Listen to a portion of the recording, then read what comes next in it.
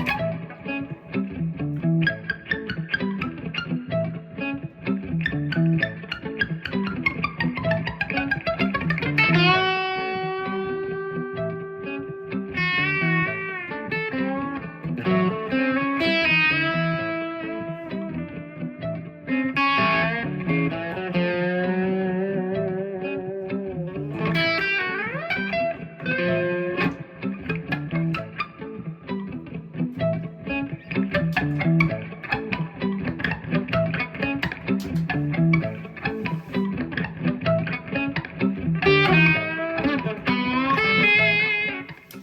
I hope you liked that. As usual, I'll be breaking bits down at the end of the video, just in case anybody can get something from it or steal a lick or a concept. What else has been happening? Oh yes, we've been having a bit of a heat wave up here in Scotland. It's been amazing. I'm just back from down south in the town of Kelso, and it's just been great, sitting in the sunshine, happy days. A few weeks ago, you all told me to go in for that string bending competition, and I was delighted to hear Uncle Larry's mention of me. So it's an amazing feeling that when you see people mention you on their channels now, or to have somebody as like Uncle Larry. Obviously I'm a huge fan of Tom Bukovac, I think we probably all are, and to have him say nice things was just fantastic, absolutely brilliant. So my tail was wagging for that. What else has been happening? Oh yeah, just like everybody else watching this video, I look at gear a lot, and I'm doing really well with not wanting to acquire it, apart from my Oswald Jazzmaster, of course. I'm doing really well with not spending any money on new gear and just trying to save to have some sort of retirement at some point. But if I was looking, I keep looking at the Fender Deluxe Reverb amplifier. I won't buy one because it's the one I would want. I'd want the hand wired one, I think, so that it could be repaired for the next 2 decades easily, easily. And I've been looking at we've got a guy in Scotland called, is it Stevie Flynn they call him. He's a bit like our version of, in the States you've got that guy who does these YouTube videos, Psionic Audio, kind of our version of him, somebody who just knows stuff about that. So be keen maybe to get Stevie Flynn one day to build me his version of a deluxe reverb. But that's the only thing I'm coveting at the moment, nothing else I'm really coveting. So let's break this thing down then. I'm not going to the looping section, just the main stuff I was doing in the main bit. And I hope you get something out of it. So I'll just cover the bits that are of interest, right? So we're in the key of A, obviously, with the wiggle.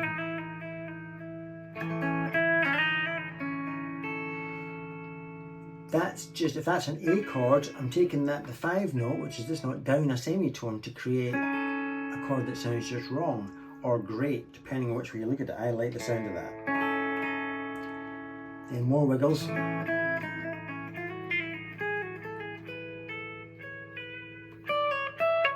You can go on forever, as long as your ear tells you it's okay. Then of course a bit of dissonance. So it's just that note there played along with its B string sibling, but given that half step rub. And some rotation, but very clean rotation. Just walking down melodies. Basically keeping that note there as the rooted, that's the pivot point. And just walking down kind of major scale of A. But very clean, throwing the wrist out to try and get as many of the notes coming out cleanly as you can. Etc. Oh yes, my little grabs, I love those little grabs. Stole them all off to Tobias Hoffman, people like that. Just A chords. I'll show you my right hand as well, right? A chord, just the D and G strings there in that position there, up to this position of A, that position of A, that position of A, just spelling out that chord, pinky on, or whatever it is. That's just a wee diminished chord, and then letting it resolve to the very, very baby shape of A. Same again, diminished, down a different position of diminished, and resolving to that baby shape of A. Then a D chord with an open D string. Slide that part up 2 frets, resolve it to like a D shape there, making it kind of a, is that diminished? Yeah, kind of a diminished sound. So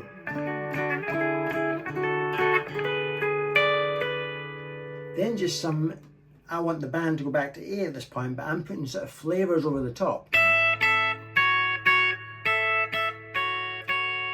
Just, I don't know what it is, and then I don't know what that is, but I'm taking that and just separating it each side. If I looked into it, it's probably got a diminished sound to it. I can't be bothered looking into that. See, I don't really go there with my head. I just fluff a bit until it sounds good. And then an E chord. But I've got a special version of an E9 that I just hatched out. So there's an E9 chord. Instead of playing that, like you might play, I'm just taking it down a tone. And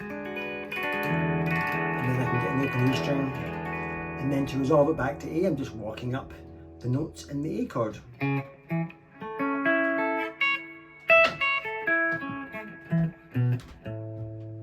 Right.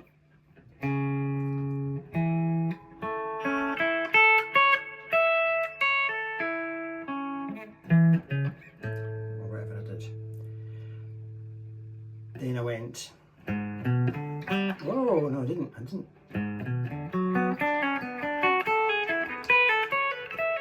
I liked that when I did that.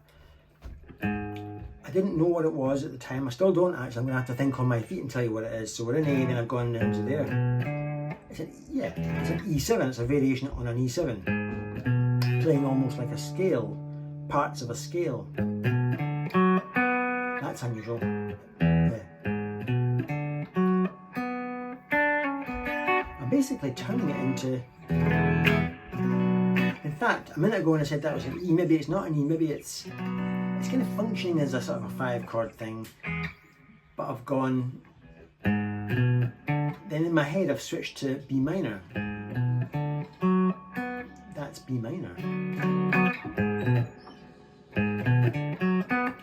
That's certainly B minor. I'm just walking up the chord.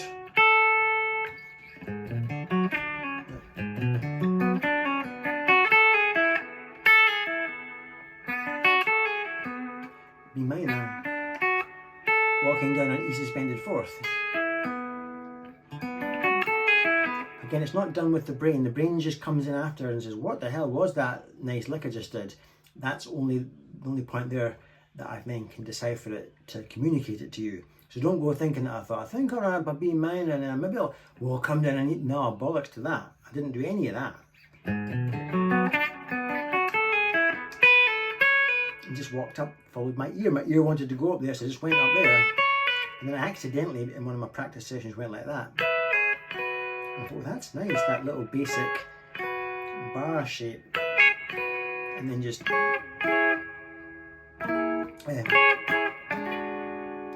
that's just over an E9 chord. Because that's an E9, but often you can do that. Little spices. Anyway. Then I did an E7 with a raised note here. I raised the one. That's from Robin Ford's Ugly Telecaster video. If you type in Robin Ford Ugly Telecaster, you'll see him explain all these chords. I just have it in my arsenal, so I like to use it. Just 5th of the B, then jump up to the 7th of the thick E, and play the 5th, so the 7th of the D and 7th of the G. Don't play the A string, please. And then you take these two notes down, a semitone, and then you go down to A minor 7. And then I did this chord, which is a B minor with a bit on the bottom. Just because it's in my arsenal, and took it to that. Again, none of this was thought in advance with my brain. You should have seen what I threw out. It was pish, utter shit. I play that much and wiggle around that much, not with my brain, just following my ears, that I land on stuff and I just chuck in chords. That one fits, that's brilliant. That one that doesn't fit, put that in the bin, get another one out. That almost fits. What if I play it in there? And that's how my brain works. I'm never thinking in advance. I'm just fanning about all the time. And that's just a C-sharp, just C-sharp 7. Back to, so basically I've turned the song into its relative minor. For any, I've now, I wanted a way to get back to the minor, so that I could then do things like this, my more, my Tobias Hoffman stuff. Bloody hell, Paul. Just chord grabs.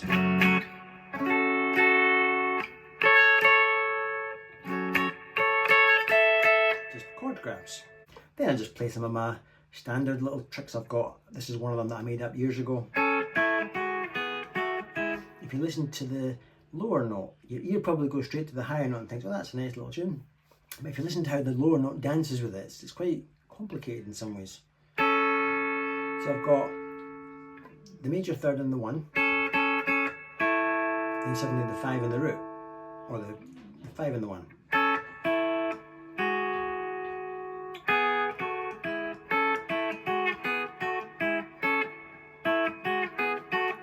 Then I play an augmented chord, this one here. If you play it like that. And then from a couple of videos back, I've remembered some of the licks I played like this. Once again, I'm just walking down that chord, starting there.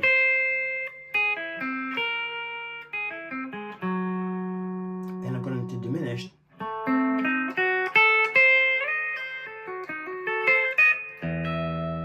So once again, here's me on the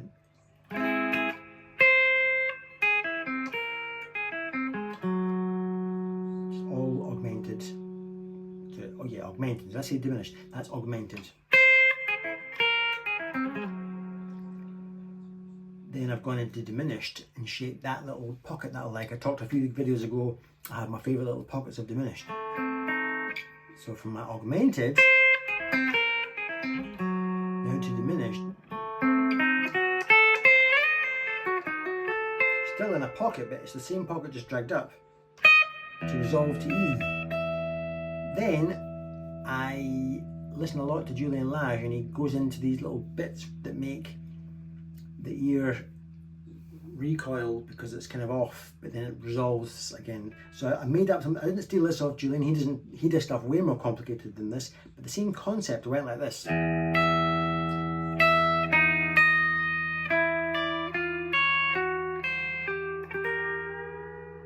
It's kind of, on the low note goes, that I did not come up with that, but I had to think about, that's the only lick in the whole song I had to think about in advance with my brain. I thought, how could I play something like a scale or something, but play the notes going in 2 different directions? I wouldn't come up with that just from playing from the heart like a blues man. I had to think about this. So I've gone from E to E flat, whereas if you said to somebody go from E to E flat, they would go like this. I'm going, playing E flat again, but now I've gone up to E here, a D note, an F note there,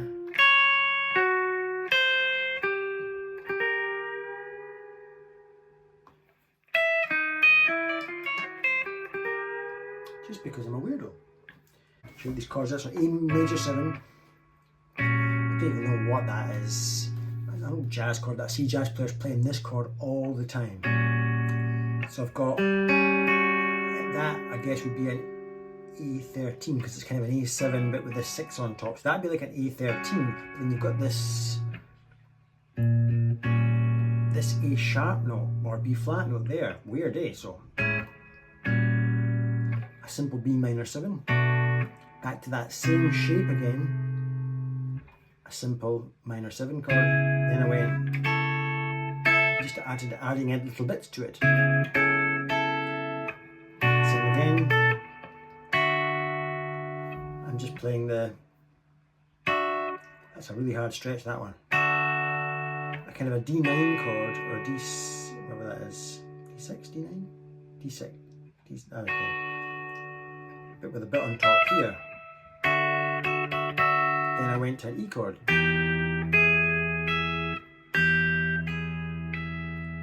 resolve. Then I hit the Kingsley Page. Just going, now I'm going to rock back and forward between A and D minor constantly. Just playing the blues. Resolving back to the A, suspended fourth. That's E major, A7, suspended fourth. So I've gone.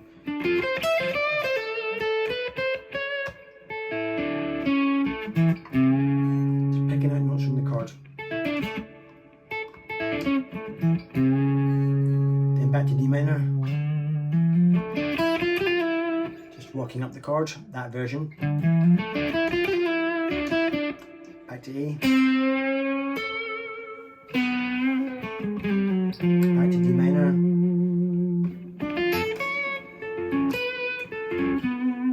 I like that. I really like that.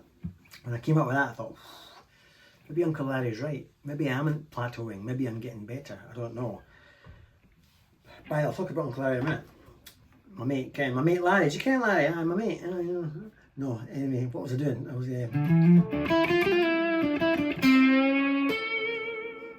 then a wee sort of cheeky little nasty bend. Back to D minor, running up the D minor.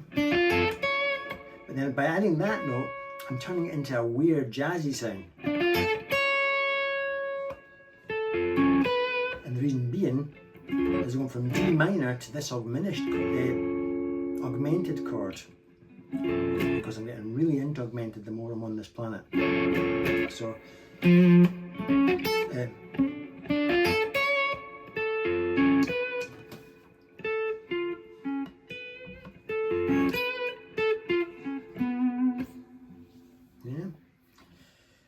Then back to A. Just that chord walking again, walking up the chord. What did I do? Yeah, that's it.